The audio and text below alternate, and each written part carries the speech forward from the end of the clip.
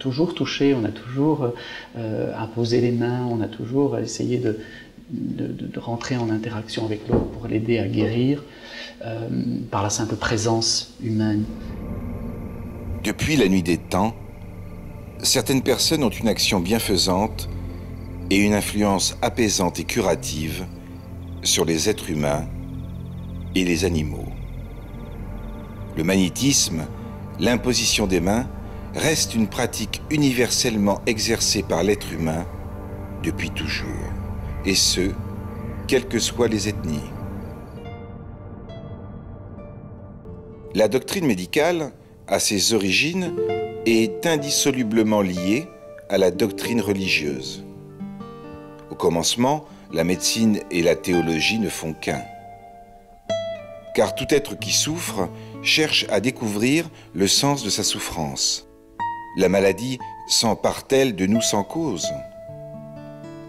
Les dieux envoient la maladie, les dieux seuls peuvent la faire partir. Les médecins qui furent jadis aux côtés des prêtres, puis ensuite contre eux, ramenèrent le mal du domaine surnaturel dans la sphère des phénomènes naturels. Le prêtre se cantonnera alors au culte et ne s'occupera plus des soins médicaux, et le médecin renoncera à toute influence psychique et magique. Et donc, le phénomène psychique général dénommé maladie se divise en d'innombrables maladies isolées, déterminées, classées. La maladie n'est plus un phénomène qui s'attaque à l'homme tout entier, mais seulement à l'un de ses organes. Et j'ai le sentiment que, en ce qui concerne la guérison, c'est un concept qui permet de faire le lien entre le corps et l'esprit. Et c'est pas par hasard, sans doute, que dans les cultures asiatiques, qui n'ont jamais séparé le corps de l'esprit, l'énergie est au centre des systèmes de guérison.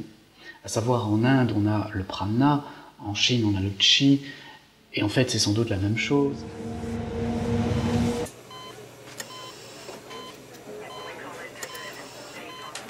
À 2 reprises, j'ai failli suivre un patient pendant son anesthésie générale.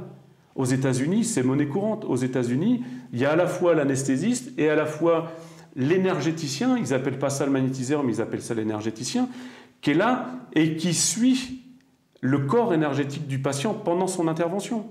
Mais quand est-ce qu'en France, alors on se dit qu'on a la meilleure médecine du monde, quand est-ce qu'en France on va se soucier de cette partie-là, qui à mon sens, c'est pas parce que je suis magnétiseur, mais je crois que la partie énergétique est primordiale. Vous traitez quelqu'un contre un cancer par la médecine conventionnelle. Il est certain qu'on obtient des guérisons. Mais la guérison, encore une fois, ça ne suffit pas de dire c'est la chimiothérapie, c'est la chirurgie, etc. Quelle est la part de l'individu qui a renversé ses pulsions de mort contre des pulsions de vie? Qu'est-ce qu'on en sait?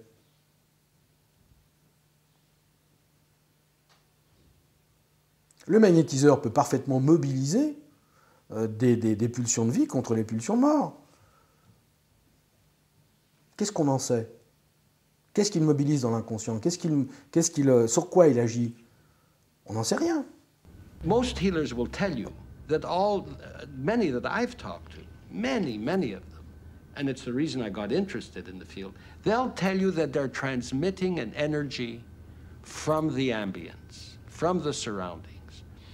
Now that shouldn't surprise us. I mean, I know it sounds strange to some people, but should it sound strange to people who have radios and who have television sets and who are constantly picking up images and all kinds of things from the air? Why should it be strange that living things should have that capacity too? Des expériences ont été menées dans différents laboratoires de par le monde. Le but, analyser les modifications que des guérisseurs pouvaient engendrer sur des bactéries, des plantes, des souris et des rats. Ces chercheurs ont acquis la certitude de l'existence d'une énergie qui se transfère du guérisseur vers le malade.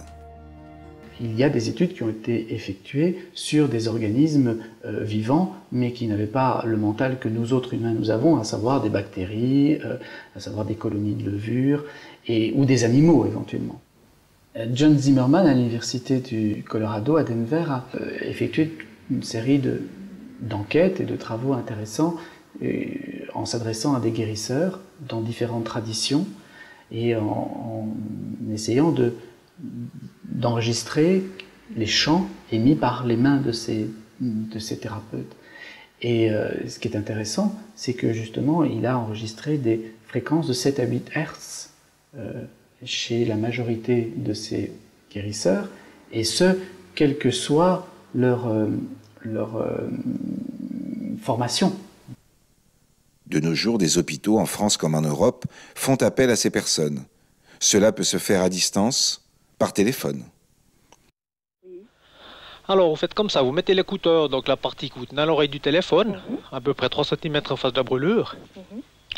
Et puis, vous prêtez attention quand je vous crie que c'est fini, ça dure comme ça à peu près 40 secondes. D'accord. Alors, allez-y. Ok. On peut appeler ça une formule, mais c'est une prière, tout simplement. Et vous-même, vous y croyez? Je dirais plutôt oui. Plutôt oui. Moi, je crois que quand on utilise la médecine, on n'a pas tout dit, on n'a pas tout utilisé, toutes nos armes thérapeutiques. On voit que ce que nos yeux nous montrent. Il y a des choses qui se passent en dehors des longueurs d'onde qu'on voit, elles existent. Eh bien, je crois que là, c'est en dehors du champ de ce qu'on pourrait voir, de ce que voit un médecin normal. Donc même dans la médecine, dans cette cathédrale de sciences qu'est la médecine d'aujourd'hui, alors de la biologie moléculaire, beaucoup de choses ne sont pas prouvées. Mais on sait qu'elles marchent, ou on pense qu'elles marchent.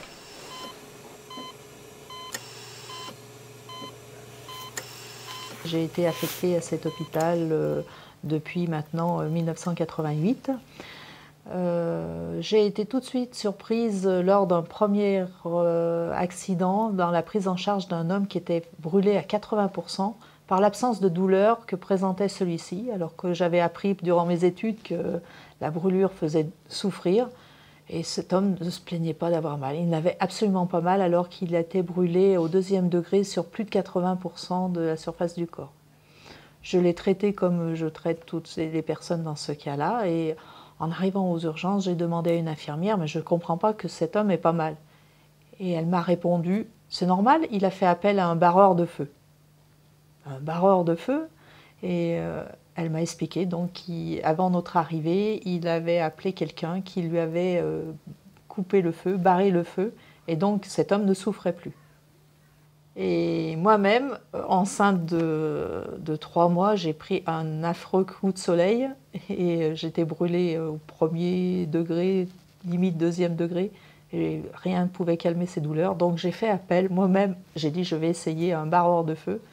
Et c'est vrai qu'au 2e appel, je n'avais plus aucune douleur et je n'ai jamais pelé. La brûlure a cicatrisé sans problème. Aujourd'hui, un médecin, un chirurgien, un professeur de médecine qui nous demande d'intervenir directement en clinique ou dans les hôpitaux, là on essaye d'aller d'une manière incognito.